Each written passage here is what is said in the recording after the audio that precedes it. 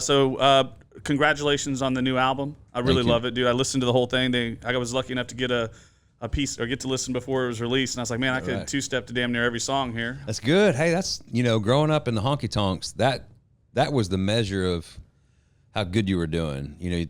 People didn't, cheer for you or anything like that. It's how they moved their feet. If you had a dance floor that's full of people, then you were kicking ass. You get work. Yeah, I talked to someone the other day about it. They said Texas can be intimidating sometimes because the people, if they're not dancing, they're like, making me move, please.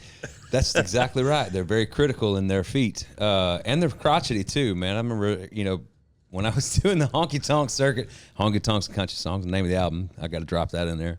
When I was in the honky tonk circuit, not only was the crowd that wanted to dance a tough crowd, and they would run you out of there like they couldn't do all their dancing stuff, but the older people that like wanted good music and would criticize anything you did, especially cussing.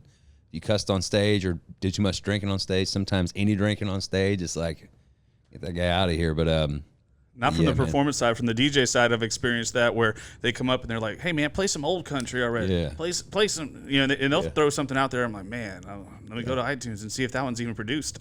You've played 3 2-steps in a row without playing one double 2-step song and a line dance song. Yeah. Oh yeah. Joe Nichols knows. I know the grind back in the day. And I love the new single, man, Better Than You with Annie. It's such a beautiful song, man. I appreciate it. Did you pen that?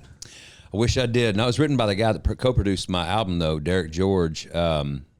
And this is one of those rare things where they wrote it as a duet. Usually they take like a love song or something, and they stretch it out a little bit and kind of force another person into the scene. We did that actually with another song called Hard Fires on this record.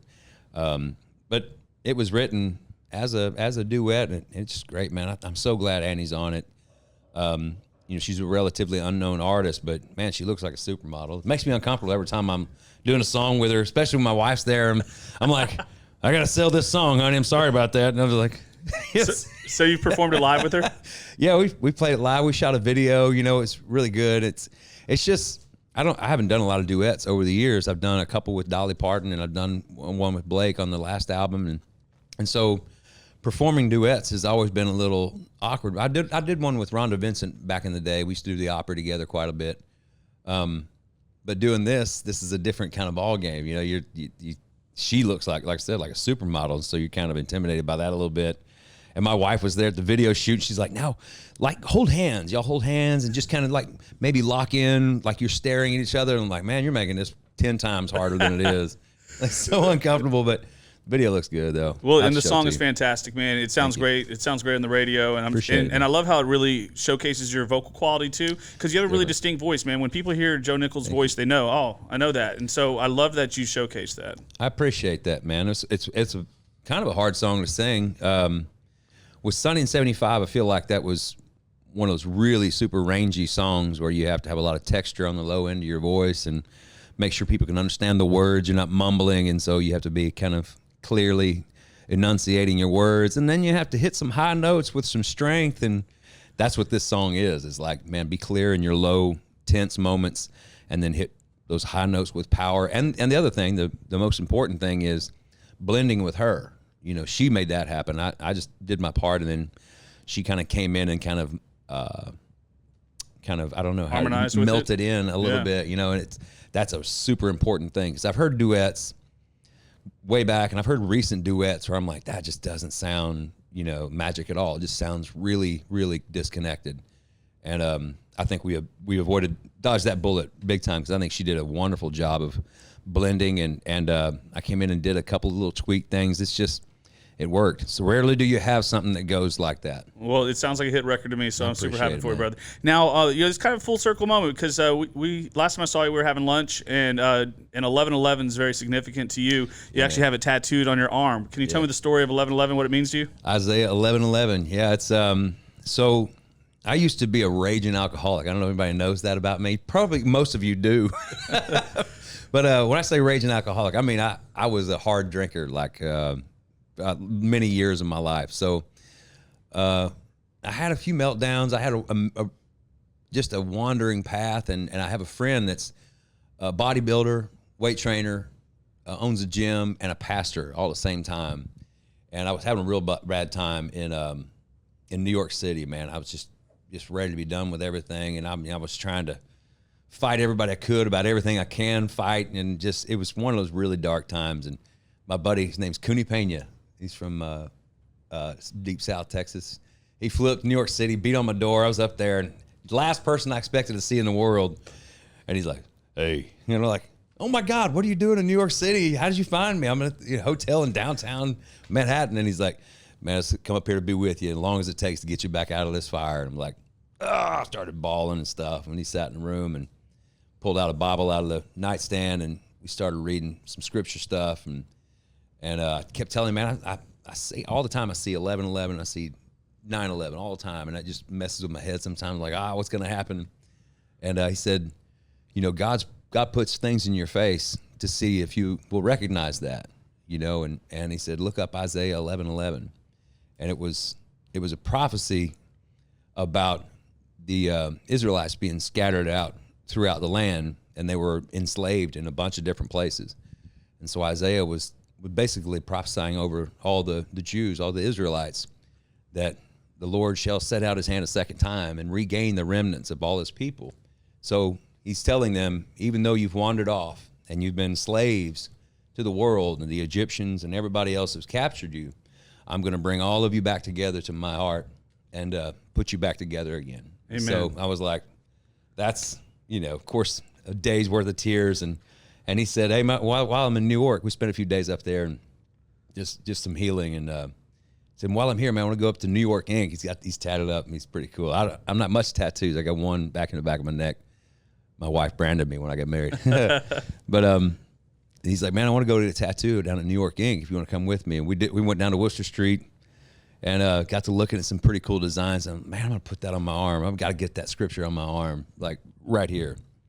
And Rodrigo from the show, New York Inc., drew one up, got this arm too, Psalm 91, and it was on. Man, thank you for sharing that story, man. Yeah, it's so powerful. And in that conversation too, you had mentioned how you'd always sort of admired the hard drinkers, the artists who were the heavy drinkers, and you kind of identified them with that. And pardon my emotion. What was it, and what is it that allowed you to say no more to that? Like, I don't have to be that. I don't have to. That doesn't identify me anymore. Like, what was that, brother?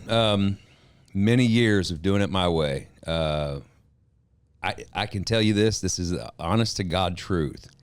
It is a miracle. Everybody that knows me and knows my personal life knows this guy was as hopeless a cause as you could ever imagine in your life. I mean, I drank every day, didn't care who knew. I would repeatedly blow up my life, and, distance myself, put myself through all kinds of struggle for no reason. And the last time I remember I had to go to the emergency room. Back when it got kind of really like ugly, I had to go to the emergency room. What do you call it? The appendix? No, my pancreas was kind of, giving me like the signal, like, dude, it's time. I had to go, and the doctor said, man, you remember me from the last time you were here? And I'm like, I have no idea who you are. He's like, yeah, you were in rough shape then too. And he goes, you have a 0.39 blood alcohol content right now. And I'm like, that's weird because I don't even feel drunk. And he's like, that's what's really frightening, is that you're kind of right here and you're not comatose. You're like able to function. And he goes, really think it's time maybe you kind of take a look at that. And I've been to treatments. I've been to several treatments, over the years, but I never was done, never was done. A friend of mine said, before you go, get help, just do one thing. Start doing one thing for me. Pray, and then pray. Even if you don't mean it, just do it. Get in the habit of that, and eventually you'll wake up one day and you'll do it, and you'll start talking, and things will start appearing to you. You'll start talking back. And I started doing that, and then I got to the place where I asked him, man, just remove this from my brain. Because at that point, you got to realize there's a sickness in there. There's just a cancerous thing that's going on in your brain, not something out here that I can take another pill for, but something in your brain that's just rewired. And I remember asking on my knees, just take this obsession out of my brain. Just take it away from my brain. And I'm telling you, strike me dead if I'm lying. It was gone. Man. gone. And I did the other things too. I did other things like, you know, what sober people told me to do, you know, as far as being around other people that had my experience and reading literature on this and staying connected to people and talking about it a lot and praying every day, every single day. But that obsession has been gone ever since that day. That was 6 years and a little over a month and a half. So it was October 1st, 2018. And I haven't drank since. And so, like I said, for a guy that's drank every day of his life since maybe 16 years old, ironically, I've never liked the taste of alcohol. That's funny. Nobody believes me, but I've never liked the taste of alcohol, but I drank it every day of my life. It's a really miraculous thing to sit and say that was gone in a single day. Amen. And I can't explain that from any kind of medical term, or I don't know any psychiatrists that are that good that can go, all right, you're cured. But that happened. That really did happen. It speaks everything about giving up control. You got to let go. It does. And when you're done, you're done. And I'll tell you what, there's a big power that exists all around us and within us that as soon as you step one direction in his way, he's right there to take it over. Amen. Well, you know, and that goes perfectly into why we're here and what 10 Man Jam is about tonight. It's a PTSD Foundation of America's Camp Hope. These are soldiers who they've gone, you know, they're at the end of the rope. Some of them are under bridges, and they have got these incredible stories of, you know, overcoming addiction, overcoming homelessness, and their own PTSD. And so Camp Hope does that. It reaches out to these veterans, gives them a place here in Houston. It's a community they built with a chef who cooks for them every day, gym, and you know, and all the things that can help bring them out of that dark place, you know, and help them refine that new place. So, you know, so it's actually really perfect and really full circle in that respect. Good stuff. Do you have any family members or friends that serve in the military? I have lots of family members. Uncles, grandpas, lots of them. I never got to serve. You know, I remember filling out that selective service card when I was like 17, and I thought about, you know, going into service then, but I got to be selfish. I got to tell you about my selfishness. I wanted to be a musician. I want to be a ball player.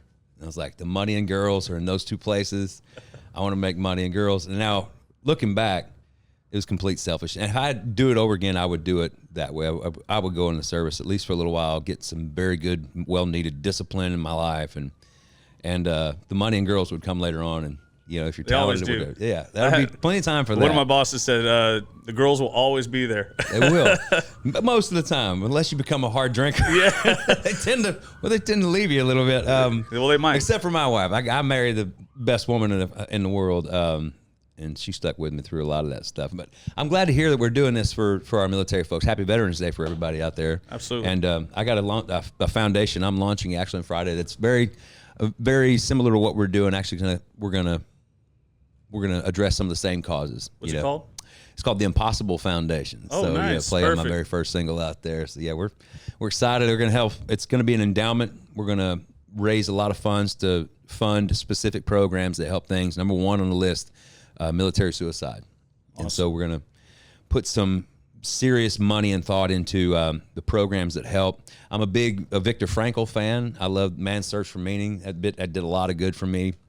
And what he was able to do with suicides in Austria in 1937, 38, and then his horrifying experience right after that as a European Jew going through the Holocaust, the life-changing book. And so I like to think there's a lot of that kind of mentality that we're bringing to the Impossible Foundation as it pertains to suicide, military suicides, and how we can help. And that's amazing. Great work. Now, we are in the holiday season. We're surrounded by tinsel and Christmas gear here, but we still have Thanksgiving to get through. Yeah. So, easy question. What are your 5 must-have Thanksgiving dishes? Oh, man, must-haves. Boy, I don't know, but does everybody have the same problem? Like you get this big plate and I'll never fill this thing up. And you get to the little buffet line and you get the 3 things at the beginning, like the stuffing and the mac and cheese. I think we did mac and cheese or potatoes. And you're like, I have no room for anything else. And you're just getting started. And by the time it's over, you got 2 plates that are full of chicken or turkey and dressing and cranberry. Doesn't answer your question at all. I think you just named 5, though. I think we got 5 of them there. The dressing and the turkey are essential. And the older I get, the more I like the cranberry. I hated that when I was a kid, but the older I get, I'm like, I gotta have that. It's got that tang. Yeah, it's got that tang. Yep. That's kind of a key to life right there. It's got that tang. I love it. Well, Joe, thank you for spending your time with. Oh wait, I gotta get you on Christmas too. Have you done any Christmas shopping yet? I've done Christmas shopping. I've done Christmas lists. Looked over that. Looked over what we're, what we're okay with. I've put up the tree. I've got the lights up on the house. It's go time. It is go time. I'm a big into the holidays guy. I go all out for Halloween too, man. I bought this 12-foot animated dude for the front of my house. I live in a gated neighborhood. It's so funny. I live in there with there's some. I don't belong. there's dudes that are retired with these humongous doctor practices, and these houses are super nice. And this idiot, I'm from Arkansas. I grew up in a trailer park. There's no trailer park and in the country, and I have no refinement whatsoever on that level. So my experience is just hanging out with rich people throughout my life. And so I'm like, all right, we're not supposed to do that when we get rich, right? Okay. So when we get money, don't act like that. All right.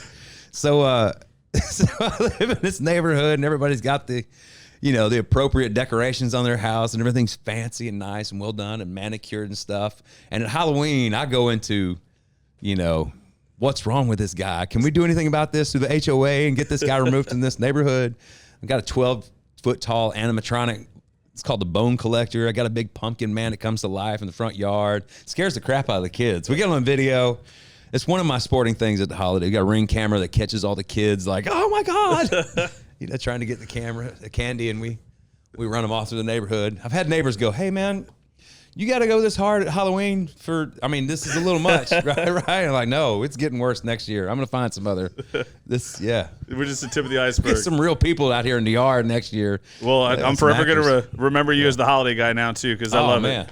I would love that. That's a huge badge for me. Well, I can't wait to see you on stage tonight. Thank you for taking the time, Joe. You're great as always. And thank you for sharing your story and your truth. It's so special. Thank you. Absolutely. Joe Nichols, everybody.